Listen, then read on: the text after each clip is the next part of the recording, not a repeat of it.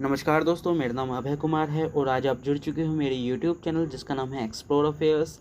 और आज हम बात करेंगे संविधान और संविधानवाद, इन दोनों शब्दों के बीच में किस प्रकार से एक अंतर है। इन्हीं शब्दों के बारे में आज हम जानकारी प्राप्त करेंगे, क्योंकि पॉलिटिकल साइंस के क्या कहते हैं कॉन्सेप्ट्स के अंदर ये शब्द आपको हमेशा से पढ़ने को मिलेगा, देखने को मिलेगा। और अधिकतर बच्चे संविधान और संविधानवाद को एक ही मतलब से लेते हैं, इनका एक ही सेंस बनाकर कॉन्सेप्ट को आगे बढ़ते हैं, परंतु इन दोनों ही शब्दों के बीच में एक मूलभूत अंतर है। तो आइए जानते हैं। पहले हम बात करते हैं संविधान के बारे में कि संविधान शब्द से क्या मतलब है।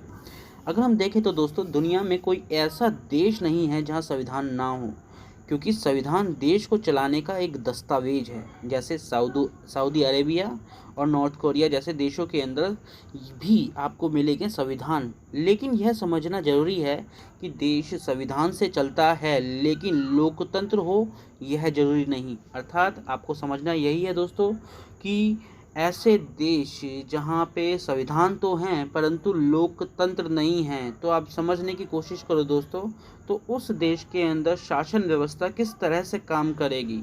वहाँ पर सर्वोच्च जो होगा वहाँ का शासक होगा, वहाँ पे लोगों के पास स्वतंत्रता नहीं रहेगी, और शासन जो होगा एक असीमित समय के लिए रहेगा, अनलिमिटेड टाइम के लिए रहेगा। तो ये एक संविधान के लिए इस्तेमाल किया जाता है। डेफिनेशन के तौर पे देखा जाए, संविधान को समझने के लिए इस तरह से इसको देखा जाता है। कहने का मतलब, जिस देश के अंदर संविधान तो है परंतु लोकतंत्र नहीं है, तो ऐसे देशों को गैर लोकतांत्रिक देश भी कहा जाता है। तो समझना यही है, संविधान होने से ज़रूरी नहीं कि वहाँ के लोगों को स्वतंत्रता और अधिकार जैसे व्यक्तियों के अधिकार उपलब्ध हों, आम जनता तक ये अधिकार मिले, ऐसा नहीं है। परंतु अगर हम बात करते हैं संविधानवाद के अंदर, संविधानवाद एक ऐसा शब्द है जहाँ पर आप देखोगे, जहाँ पे संविधान तो होगा साथ साथ लोकतंत्र भी होगा। अर्थात ऐसा शासन व्यवस्था जहाँ की जनता जो है, जनता की सहमति ज़रूरी होती है। जनता ही संविधानवादी शासन व्यवस्था के अंदर माई बाप होती है। तो इसके एक बेहतर एग्जाम्पल है इंडिया और अमेरिका। अगर हम बात करें संविधानवाद के अंदर, तो आप पाओगे कि यहाँ पर सर्वोच्च जो होगा संविधान होगा, क्योंकि यहाँ पर किसी एक व्यक्ति का शासन नहीं है। क्योंकि आपने देखा संविधान के अंदर एक व्यक्ति का शासन आपको देखेगा, जैसे सऊदी अरेबिया या नॉर्थ कोरिया के अंदर किम जोंग जो है, आप देखोगे संविधान की अगर हम बात करते हैं तो नॉर्थ कोरिया एक ऐसा देश है जो संविधान तो है परंतु वहाँ पर क्या नहीं है, लोकतंत्र नहीं है।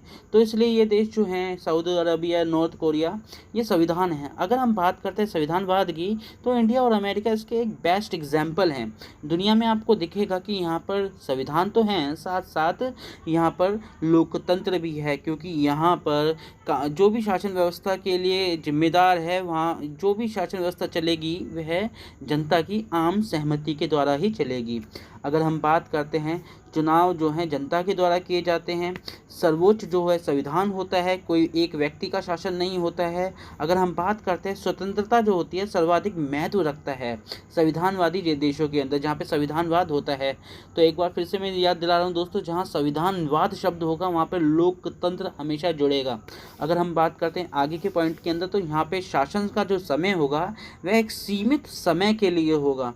तो दोस्तों, यह आपको छोटी सी जानकारी परंतु बहुत महत्वपूर्ण जानकारी, उम्मीद करता हूँ आपको पसंद आई होगी, आपको समझ में आई होगी। और ये जो शब्द हैं, ये जो शब्दावलियाँ हैं, ये जो वर्ड्स हैं, ये आपको आपके कॉन्सेप्ट में समझने में आपको बड़ी मदद देगी। और आप देखना दोस्तों, जब आप कोई भी नोट्स पढ़ते हो, किताब पढ़ते हो, कोई भी ऑथर्स की बुक क्यों ना हो, अगर ऐसे शब्द आपको टकराते हैं, संविधान और संविधानवाद, और बिल्कुल ही टकराते हैं, पढ़ने को बिल्कुल मिलता है, अगर आपको इन सेंस से इस चीज़ को पढ़ने की कोशिश करोगे तो आपको बिल्कुल यकीनन इसका फ़ायदा मिलेगा आज की क्लास के दौरान।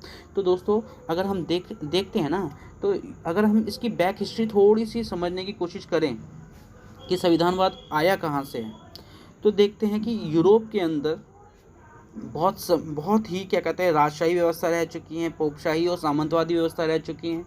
इन्हीं व्यवस्था को रिप्लेस करते हुए एक तरह से आप देखोगे उदारवादी विचारधारा आई थी। और इस उदारवादी विचारधारा ने व्यक्तियों को स्वतंत्रता और अधिकार दिया था, जिसकी वजह से इस विचारधारा का जो मूल आधार है, जो उदारवादी विचारधारा का मूल आधार जो है, वो भी संविधानवाद से ही जाना जाता है। तो आई होप दोस्तों आपको ये जानकारी समझ में आई होगी। अगर आपको ये जानकारी समझ में आती है तो मेरे यूट्यूब चैनल को सब्सक्राइब कीजिए, यूट्यूब चैनल को सब्सक्राइब कीजिए, लाइक कीजिए, कमेंट कीजिए और दोस्तों तक यह जानकारी शेयर कीजिए। तो दोस्तों आज के लिए इतना ही।